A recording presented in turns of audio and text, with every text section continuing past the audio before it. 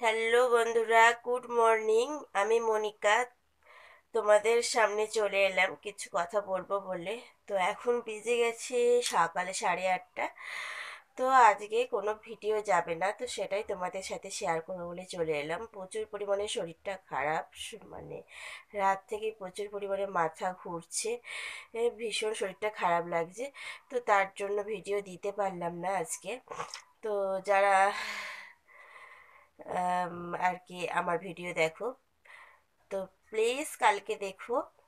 আর আজকে এডিট করতে পারলাম না বলেই দিতে পারলাম না, কারণ রাত থেকেই প্রচুর পরিমাণে শরীরটা খারাপ লাগছিল।